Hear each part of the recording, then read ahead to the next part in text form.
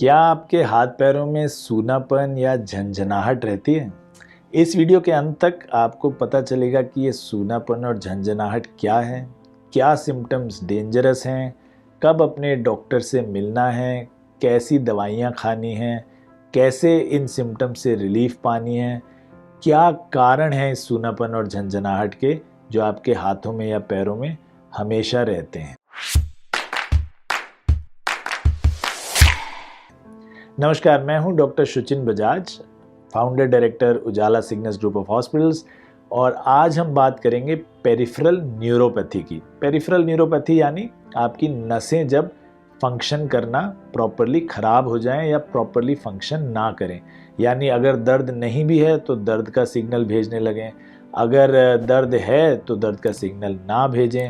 तो इससे सूनापन और झंझनाहट होना बहुत कॉमन है। इसके कई कारण हैं। इंजरी हो सकती है, यानी अगर नस दब जाए, सिस्टेमिक इलनेसेस यानी कि sugar, diabetes, neuropathy, kidney disease, liver disease, vascular disease जिसकी वजह से नसों में खून की कमी हो जाती है, यानी जब आपकी आर्टरीज़ कंस्ट्रिक्ट हो जाएं, infection, Lyme disease, shingles, hepatitis B, hepatitis C, hormonal imbalance, hypothyroidism, कुछ दवाइयाँ जैसे कैंसर की दवाइयाँ, कुछ इनहेरिटेड और ऑटो इम्यून डिसऑर्डर्स यानी rheumatoid arthritis, vitamin deficiencies, B12, B6 और ई की डेफिशिएंसी।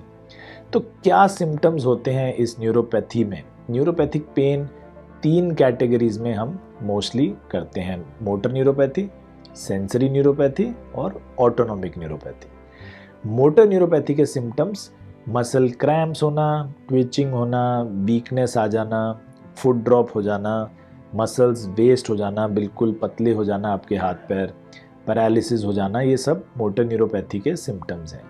सेंसरी न्यूरोपैथी में सेंसेशंस आती हैं: tickling, pricking, pins and needles, सूनापन, नंबनेस, पेन की सेंस नहीं होती, हॉट एंड कोल्ड आप नहीं डिफ्रेंशिएट कर पाते कि बहुत गर्म है या बहुत ठंडा है, आप एक्सेसिव पेन होता है। कई बार लाइट टच से कोई छूता भी है तो ऐसा लगता है बर्निंग या शार्प पेन हो रहा है, ऐसा लग रहा है कि कोई चुभो रहा है हमें कुछ, और कोऑर्डिनेशन वगैरह भी कम हो सकता है।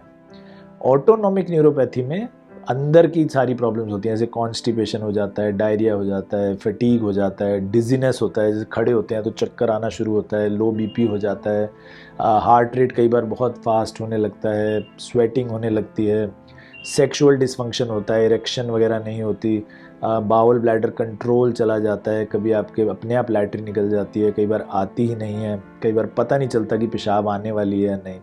तो ऐसी चीज़ें ऑटोनॉमिक न्यूरोपैथी में ज़्यादा होती हैं। इसके लिए हम एक इलेक्ट्रोमायोग्राफी नाम से टेस्ट करते हैं, जिसमें आपकी नर्व कंडक्शंस वगैरह का पता चलता है, और एक नर्व कंडक्शन स्टडी भी होती है जिससे हम इलेक्ट्रोड्स लगा के आपकी स्किन पर और देखते हैं कि कैसे आपकी नर्व्स रिएक्ट कर रही हैं, चल रही हैं या नहीं चल रही हैं, सिग्नल्स को प्रॉपरली ट्रांसमिट कर पा रही हैं या नहीं कर पा रही हैं। हम कुछ साथ में ब्लड टेस्ट भी कर सकते हैं देखने के लिए कि आपको डायबिटीज़ तो नहीं है, कोई विटामिन की कमी तो नहीं है, लिवर या किडनी में कोई प्रॉब्लम तो नहीं है, कोई ऑटो इम्यून सिस्टम की प्रॉब्लम तो नहीं है। MRI, CT स्कैन वगैरह से भी हम पता कर सकते हैं कि कोई नस दब तो नहीं गई है, या स्पाइनल कॉर्ड में कोई कंप्रेशन तो नहीं हो रहा है, या कोई आपकी आर्टरी ब्लॉक तो नहीं है। तो इसके लिए क्या क्या दवाई दे सकते हैं? सिंपल पेन किलर से शुरू कर सकते हैं, जिससे आपकी जो दर्द हो रही है वो कम से कम ठीक हो जाएगी। लेकिन अगर सीवियर सिम्टम्स हैं तो उसके लिए दवाइयाँ काफ़ी बड़ी बड़ी भी हम दे सकते हैं, जैसे ट्रामाडोल होती है, ऑक्सीकोडोन होती है, जिसकी वजह से कई बार उसकी आदत भी पड़ जाती है, और इसलिए हम इन दवाइयों को कॉमनली नहीं देते, और सिर्फ डॉक्टर की सलाह पर ही आपको ऐसी दवाइयाँ खानी चाहिए। कुछ और दवाइयाँ हैं, गाबापेंटिन है, प्रीगाबालिन है, ये सब दवाइयाँ भी नर्व्स की पेन को कम कर सकती हैं, लेकिन इनसे थोड़ी बहुत नींद आती है, डिजीनेस होता है, इसीलिए दवाइयाँ डॉक्टरी सलाह के बिना ना लें। कैप्सेसिन जो क्रीम्स हैं वो भी आपकी पेरिफेरल न्यूरोपैथी सिम्टम्स को थोड़ा थोड़ा इम्प्रूव कर सकती हैं, लेकिन उससे कई बार आपके स्किन पर जलन हो जाती है, कुछ कई बार लीजन्स भी आ जाती हैं, तो इसलिए ये भी डॉक्टरी सलाह के बिना ना इस्तेमाल करें। कुछ लीडोकेन पैचेस भी हैं जो पेन रिलीफ दे सकते हैं, क्योंकि वो लोकल एनेस्थेटिक हैं, पर इससे भी कई बार थोड़ा थोड़ा नींद आना, ड्राउजीनेस होना, या जहाँ पर वो लगा है उस पर नमनेस हो सकती है। कुछ एंटी डिप्रेसेंट्स यानी कि ट्राईसाइक्लिक एंटी डिप्रेसेंट्स जैसे एमिट्रिप्टिलिन, डॉक्सिपिन, नॉरट्रिप्टिलिन वगैरह भी हम दे सकते हैं। इससे जो दिमाग के केमिकल प्रोसेसेस हैं और उसमें इंटरफेरेंस आती है और स्पाइनल कॉर्ड में जो पेन जा रही है वो नहीं जा पाती है। और भी कुछ काफ़ी प्रोसीजर्स हम करते हैं इसके लिए जिससे साइंस एंड सिम्टम्स बेटर हो जाते हैं। एक कॉमन इसका है ट्रांसक्यूटेनियस इलेक्ट्रिक नर्व स्टिमुलेशन यानी टेंस। ये आप फिजियोथेरेपिस्ट के पास जब जाते हैं तो काफ़ी फिजियोथेरेपी सेंटर्स पर टेंस अवेलेबल होता है। वो लोग 30 मिनट के करीब 1 महीने तक रोज़ लगाते हैं, तो उससे आपको रिलीफ मिल सकता है। एडवांस प्रोसीजर है प्लाज्मा एक्सचेंज, इम्यूनोग्लोबुलिन थेरेपीज़, ये भी हम बहुत सीवियर इन्फ्लेमेटरी कंडीशन में दे सकते हैं। प्लाज्मा एक्सचेंज में हम आपका ब्लड निकाल कर उसकी एंटीबॉडीज़ पूरी हटाकर प्रोटीन्स की और वापस आपके अंदर डालते हैं ब्लड को, तो इसमें आपका ब्लड लॉस नहीं होता, लेकिन जो एंटीबॉडीज़ वगैरह हैं, जो ख़राब तत्व हैं, वो फ़िल्टर आउट हो जाते हैं। इसी तरह हम इम्यूनोग्लोबुलिन्स भी देते हैं जिससे ये एंटीबॉडीज़ सप्रेस हो जाती हैं। पर बेस्ट इलाज तो ऑब्वियसली फ़िज़िकल थेरेपी है, फिजियोथेरेपी है, एक्सरसाइजेज़ हैं, हैंड फुट ब्रेसेस हैं, वॉकर्स हैं, ये सब चीज़ें हम देते हैं जिससे कि दवाइयाँ भी ना खानी पड़ें और आपकी एक्सरसाइज से ही ठीक हो जाए। कई बार जैसा मैंने बताया शुरू में कि अगर नस दबने से ये प्रॉब्लम है कि कोई ट्यूमर है, कोई गांठ है जो नस को दबा रही है, उसको हम अगर निकाल दें तो उससे भी आपके ये सिम्टम्स ठीक हो जाते हैं।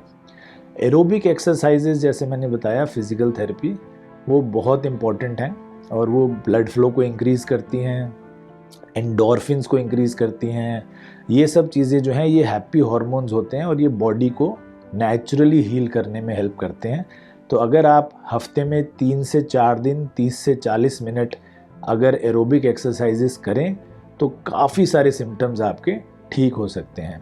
एरोबिक एक्सरसाइज में ब्रिस्क वॉक कर सकते हैं, स्विमिंग कर सकते हैं, साइकिलिंग कर सकते हैं, डांस कर सकते हैं, जुम्बा कर सकते हैं, कोई भी ऐसी चीज़ जिसमें आपकी बॉडी हिलती रहे और आपका सांस फूलता रहे, उस एरोबिक एक्सरसाइज से काफ़ी कुछ आपकी नसों में ठीक आ सकते हैं, काफ़ी प्रॉब्लम सॉल्व हो सकती हैं। बैलेंसिंग एक्सरसाइजेस से सेंसरी न्यूरोपैथी पे बहुत फ़र्क पड़ता है। जैसे साइड लेग रेस करिए, काफ रेस करिए, काफ स्ट्रेच करिए, इससे सेंसरी न्यूरोपैथी पे बहुत फ़र्क पड़ता है और आपकी बैलेंस काफ़ी ठीक हो जाते हैं। उससे भी आपकी जो जनरल वेलबींग की एक फीलिंग है वो ठीक हो जाती है। ऑब्वियसली डाइट कंट्रोल करना, ढीले कपड़े पहनना, कॉटन सॉक्स पहनना, पैडेड शूज़ पहनना, ये सब बहुत इम्पॉर्टेंट है आपके बाकी डिजीज़ को भी कंट्रोल करने के लिए। जैसे अगर आपको डायबिटीज़ है और उसकी वजह से न्यूरोपैथी हो रही है, तो अगर आप ब्लड शुगर कंट्रोल करेंगे, स्मोकिंग बंद कर देंगे, ये खाना हेल्दी खाएंगे, तो इससे आपकी बहुत सारी neuropathic pains, neuropathic complications automatically ही ठीक हो सकती हैं। जो अच्छी डाइट है वो सिर्फ डायबिटीज़ के लिए इम्पॉर्टेंट नहीं है, वो बाकी विटामिन डेफिशिएंसीज़ को भी ठीक करती है। जैसे अगर आप फ्रूट्स खाते हैं, हरी सब्जियां खाते हैं, लीन प्रोटीन्स खाते हैं, होल ग्रेन्स खाते हैं, अल्कोहल को अवॉइड करते हैं, स्मोकिंग को अवॉइड करते हैं, तो आपकी बाकी सारी बीमारियां, विटामिन डेफिशिएंसीज़ वगैरह, शुगर, बीपी, ये सब भी नॉर्मल हो जाएंगे और इससे आपकी पेरिफेरल न्यूरोपैथी सिम्टम्स बहुत जल्दी ठीक हो जाएंगे। और कोई भी इसके बारे में सवाल हो तो कमेंट सेक्शन में ज़रूर लिखें, हम पूरी कोशिश करेंगे जल्द से जल्द जवाब देने की। बहुत बहुत धन्यवाद। नमस्कार।